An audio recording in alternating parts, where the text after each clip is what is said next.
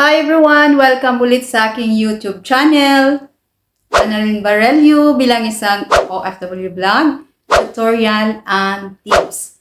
So, for today's video mga ka-guys is kung paano ko nga daw to ginawang screen, yung mobile screen. So, dahil po sa nagtatanong dyan, ayan, una-una po, isa-shoutout ko muna sa nagtatanong.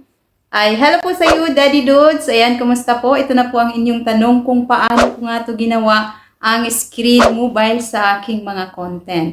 So, kung ready na po kayo mga ka-guys sa aking content at kung ikaw po'y baguhan sa aking channel, huwag pong kalimutan, subscribe my YouTube channel at pakiclick na lang po ng notification bell para maging updated po kayo sa susunod kong mga video. Ayun, hindi na po ako magpaligoy-ligoy guys. Ayan. Tara, let's go! So, ayun mga ka-guys, no? So, ang gamit ko lang po na app is CapCut. So, kung wala pa po kayong CapCut, mag-download po kayo sa CapCut dahil po free na free po yan sa Play Store. So, at ito na mga ka-guys, no? So, punta lang po tayo ng CapCut app. So, ayan, punta tayo ng ating CapCut app. CapCut app. So, sorry po, nagkakamali po talaga. So, for example po, no, maghanap po tayo dito ng video. So, for example po, ito ganitong video ko, no? So, for example lang po, guys. So, ito ganito, hindi pa na-edit ang aking mukha, So, tingnan nyo guys ang aking mukha, mga ka-guys, no? So, for example po, no? So, ayan. So, ayan po yan siya, mga ka-guys. So, i-edit na lang po natin, i-cut na lang po natin, at lagyan po natin ng delete. So, ganito po siya mga ka-guys, no? Halos po ganito ang aking voice o so halos po ganito po ang aking mga video. So, halos po meron po siyang mobile screen sa aking video editing. So, ito po mag-add overlay lang po natin to. So, for example po, ganito po siya. Ayan po siya mga ka-guys. So, di ba makikita nyo mo siya mga ka-guys? So, ayan. Dagdagan natin para ano. So, ayan. Edit natin. Space. So, ganun kasi pag nag-edit mga ka-guys. So, di ba makikita nyo mga ka-guys, itong ano. So, itong ano, i-adjust nyo lang po yung menu video nyo.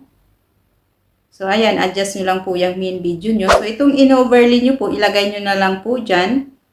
So ilagyan po natin ng mobile screen. So, marami pong nagtatanong po dyan kung paano ginawa ang mobile screen. So, ito na po ang ituturo ko. So, punta lang po tayo ng ating sticker. So, ayan. So, ayan, pinindot ko po yung sticker, guys. Kaya, yun, mahina ang signal. So, dito sa pinakaibabaw, mga ka-guys, so, ito siya. So, hanapin nyo na lang po itong ganitong style. So, saan na ba? Ito. Ito siya mga ka-guys, pindutin nyo na lang po itong style na to sa inyong CapCut ha. Sa CapCut app po ito mga ka-guys. So, ito pong una-una, ayan na nga mga ka-guys, no? Itong una-una, ito po yung mobile screen. So, pindutin lang po ang mobile screen at ito na po ang lalabas. So, ayun. So, i-drag nyo lang po yan mga ka-guys hanggang magkasya po siya dyan sa inyong yan. So, ganun. So, gandahan natin para medyo maganda man.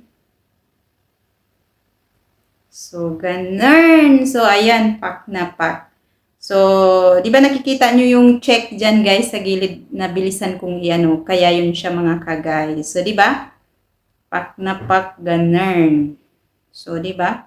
So, ayan. So, back na tayo. So, ganun siya mga ka-guys. So, ito pong sticker na yan hanggang pong matapos ang inyong tutorial.